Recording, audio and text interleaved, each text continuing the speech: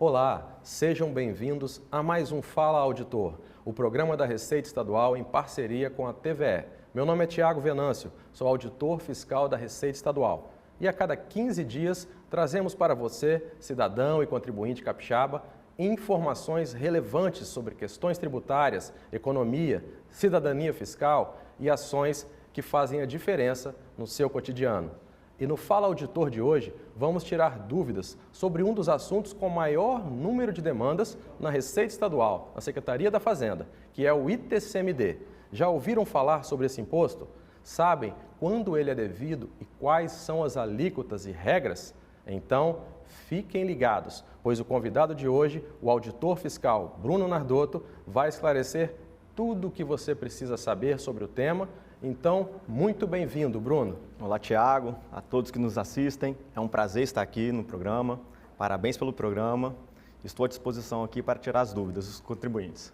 Excelente, Bruno. Então, eu acho que a gente pode começar já falando o básico, não é mesmo? Isso. O que é o ITCMD, quem deve pagar esse imposto e quais são as alíquotas ou alíquota aplicada aqui no nosso estado? Bom, o ITCMD é um imposto de transmissão, com dois fatos geradores diferentes, causa-mortes e a doação. A alíquota do imposto é de 4%. Causa-mortes, doação, são os dois fatos geradores. Acho que a gente vai explicar um pouquinho melhor então ao longo da nossa conversa. Então, Bruno, acho que esse é o momento. Você poderia nos explicar como é feito, por exemplo, a avaliação de bens aqui, qualquer bem, doação, enfim, falar um pouquinho mais como é feito toda essa tramitação, esses detalhes do ITCMD na Secretaria da Fazenda e na nossa legislação também. Isso, nós, auditores fiscais da Receita, somos os responsáveis pela determinação da base de cálculo desse imposto. Esse imposto causa mortes ou doação de bens e direitos. A avaliação de bens, é nele que nós vamos determinar a base de cálculo do imposto. A avaliação, isso é importante deixar claro para o contribuinte, que o imposto ele é devido pelo valor venal. O valor venal do bem. Quando nós fazemos a avaliação, isso gera um pouco uma complicação, porque as pessoas pensam que é o valor venal que está ali no seu no carnê de IPTU. E não é isso. IPTU é um imposto do município, municipal.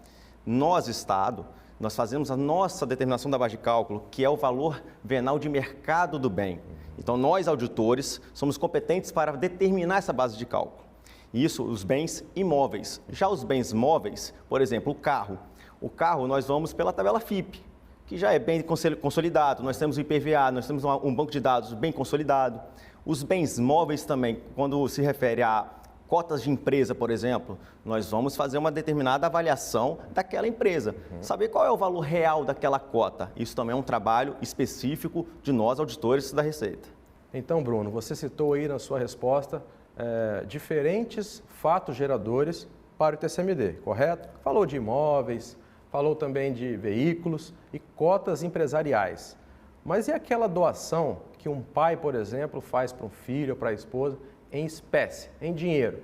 Foi lá e tirou da conta dele, passou um dinheiro para o filho.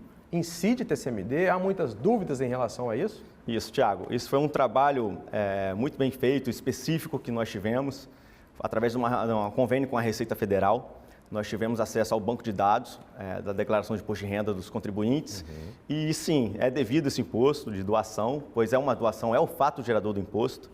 E realmente tivemos muitas dúvidas, pois muitos contribuintes desconheciam esse imposto de doação, mas aí sim, foi divulgado, nós fizemos um trabalho bem legal quanto a isso e deu bastante resultado também para a Receita e sim, para todos os cidadãos, porque o imposto do ITCMD é importante deixar claro que ele é 100% revertido para os cofres do Estado, 100% do ITCMD vai para o Estado, então isso é muito importante para os cidadãos, né?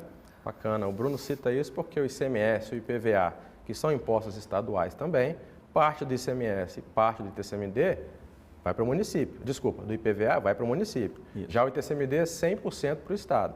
Exatamente. Então, é desconhecimento, eu creio, né, Bruno? Porque se o contribuinte, ali, o cidadão, fez uma doação, incluiu no imposto de renda, na declaração do imposto de renda, e não recolheu o ITCMD, realmente deve ter sido por falta de informação. Mais uma vez, então, a importância desse programa aqui hoje. Exatamente. Mas, e Bruno, em relação a isenções? Há alguns casos de isenções que o contribuinte que recebeu uma doação ou recebeu um imóvel por causa-mortes. Explica isso um pouquinho para a gente, por favor. Nós temos lá no nosso artigo 7º da lei, 10.011 de 2013, nós temos um rol de isenções. Então, nós vamos citar aqui, no causa-mortes, no fato gerador causa-mortes, nós temos uma isenção que é para aquele bem imóvel em que o herdeiro ou o sucessor, ele vai residir no bem, né? E aí nós temos um limite de 200 mil VRTE. VRTE é um valor de referência do nosso estado. Hoje está na base de 4,29, por exemplo. Então, você tem uma isenção aí de 200 mil VRTE para este bem. Isso no causa-mortes. Já na doação, o limite é de 5 mil VRTE. Isso dá aproximadamente uns 21 mil reais, aproximadamente. Então, isso é uma isenção que é feita durante o ano civil. O contribuinte, se fizer sucessivas doações, ele tem que ficar nesse limite para ter direito a essa isenção. Então, essas são as duas principais isenções que mais a gente vê, né, lá na Receita. Ótimo. Então, doações em dinheiro de até 21 mil reais. 21 mil reais. 5 mil VRTs, 21 mil reais durante o ano todo. Isso. Se for uma doação até esse valor, não precisa pagar o ITCMD. Não precisa pagar. E imóveis, 200 mil VRTs, deve dar um pouco mais de 850 por aí. 850 mil reais. Isso. Ótimo. Bruno, lá na Secretaria da Fazenda, sou auditor também, então acompanho o trabalho de vocês lá de perto. Tivemos uma revolução, né, lá em relação ao ITCMD, quando você liderou um processo de criação de um novo sistema, né, que auxiliou bastante o nosso trabalho lá, mas como é que foi isso? E se tem dado já algum resultado em relação às avaliações, se tem ficado mais rápidas? Sim. Como que o contribuinte, o cidadão, já está sentindo essa inovação nesse novo sistema? Sim, Tiago, é importante a pergunta porque o ITCMD, como o Tiago disse, é uma das maiores demandas que nós temos na Receita Estadual. Para ter uma ideia, em determinado momento, em 2021, 2022, o ITCMD era praticamente 35% de todos os processos da Secretaria da Fazenda. Então, a demanda ela era muito grande. E não é um sistema, nós não tínhamos um sistema informatizado. O contribuinte tinha que ir à agência, apresentava os documentos, tinha que fazer o processo eletrônico, que é o nosso eDocs. Então, isso gerava um trabalho muito grande operacional. Com o sistema, nós estamos informatizando isso. O contribuinte vai fazer a própria declaração no próprio sistema. Nós não precisamos mais utilizar o eDocs. O contribuinte não deve ir mais à agência para poder protocolar esses documentos, é todo feito no sistema. Isso, o que nós mais ganhamos no tempo desse procedimento. As nossas avaliações, por exemplo, como tem chegado mais rápido para os auditores avaliar, ela diminuiu de 90 dias em média para 30 dias em média. E também o tempo do operacional, também nós ganhamos em muita agilidade. Né? Por ser diretamente no sistema, chega automaticamente para a nossa equipe e nós conseguimos trabalhar com muito mais rapidez. Eu me lembro que o tempo realmente que levava entre o contribuinte fazer o protocolo ali do pedido de uma avaliação, ou seja, estava fazendo ali um pedido, querendo pagar o imposto, não é isso? E demorava aí, em média 90 dias. Então foi reduzido para 30 dias, uma redução considerável. Isso. Parabéns então, Bruno, por esse trabalho e a toda a equipe lá de vocês do ITCMD. Mas você nos coloca aqui, a partir desse novo sistema, tudo é feito de forma eletrônica, né? O contribuinte nem na agência precisa ir mais.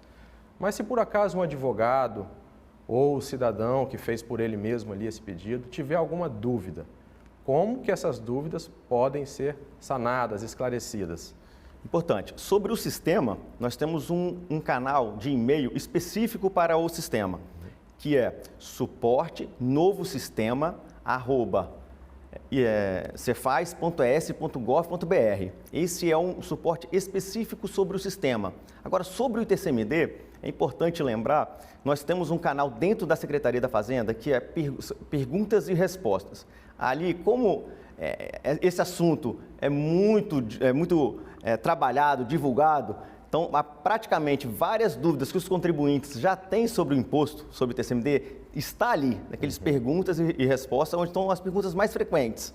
Além disso, também temos no Fale Conosco, é onde nós concentramos todo o nosso atendimento do ITCMD. Fale Conosco.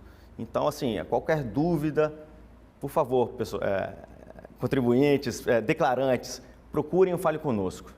Ótimo, Bruno. Inclusive fizemos já um programa com o Pedro, que é o gerente de atendimento ao contribuinte, falamos sobre o Fale Conosco. Então, ó, só resgatar lá no YouTube para ver esse programa. Bruno, parabéns, eu acho que a gente conseguiu sanar aqui uma série de dúvidas, mas eu acho que dá tempo de forma bem rápida. Gostaria de te perguntar se, durante uma reforma tributária que está por vir, certo? Há alguma alteração proposta para o ITCMD que possa ser impactada aqui no Espírito Santo? Sim, importante, vamos tratar sobre esse assunto sim, porque a reforma tributária, nós sabemos, está na Câmara, nós estivemos lá há pouco tempo para tratar sobre o tema. Sobre o ITCMD, são 3 principais pontos. Primeiro, 2 pontos é sobre a competência de tributar esse imposto, competência do Estado do Espírito Santo. Então, vamos lá. Primeiro, sobre bens móveis, causa-mortes, bens móveis, a competência do Estado era onde era processado o inventário.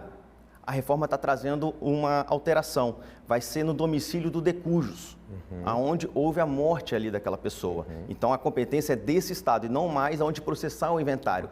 Porque isso gerava uma confusão que a pessoa poderia escolher o Estado, né, onde tivesse menor alíquota, e ele escolheria o Estado e ia fazer o processo de inventário. Então, nós vamos alterar isso. Outra questão importante também é sobre bens do exterior, ou se o donatário residem no exterior. A gente dependia de uma lei complementar para poder fazer essa fiscalização, esse recolhimento desse imposto. Com a reforma tributária, isso será resolvido. A competência será do Estado também, onde está esse bem, onde está esse doador. Isso também será resolvido com a reforma tributária. E a outra, bastante importante, é que na reforma ele está trazendo uma alíquota progressiva. Hoje, o nosso Estado, como eu disse antes, ela é de 4% para doação e para causa-mortes. Com a reforma tributária, ela será progressiva. Por que progressiva? Porque nós pensamos na capacidade contributiva mesmo daquele contribuinte. Se o valor do bem ele for maior, ele vai ter uma alíquota maior. Então, o valor do imposto será maior. Importante. Isso será uma determinação, não será mais uma opção. Hoje é facultado ao Estado. Então, essas são as 3 principais alterações na reforma tributária com o ITCMD. Bom, mais uma questão para ficarmos atentos. Sempre muito importante falar sobre tributos e estimular a educação fiscal para que haja cidadãos mais conscientes dos seus direitos e deveres. Bruno, muito obrigado pela excelente entrevista e pelo trabalho desenvolvido para facilitar a vida do contribuinte, disponibilizando o novo sistema do ITCMD. A caneca é um presente para você e até uma próxima oportunidade. Obrigado, Tiago. Parabéns novamente pelo trabalho. E dizer que nós da Receita Estadual estamos à disposição.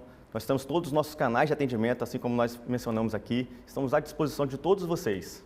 Muito obrigado mais uma vez, Bruno. Bom, então ficamos por aqui, mas não se esqueçam, a cada 15 dias tem um novo programa, sempre aqui na TVE e também nos canais do YouTube da emissora ou da Secretaria da Fazenda. Os endereços estão aqui na tela. Continuem ligados, pois na sequência teremos o quadro Receita Informa, que trará informações sobre o novo formato na conta de energia elétrica. Um abraço e até breve.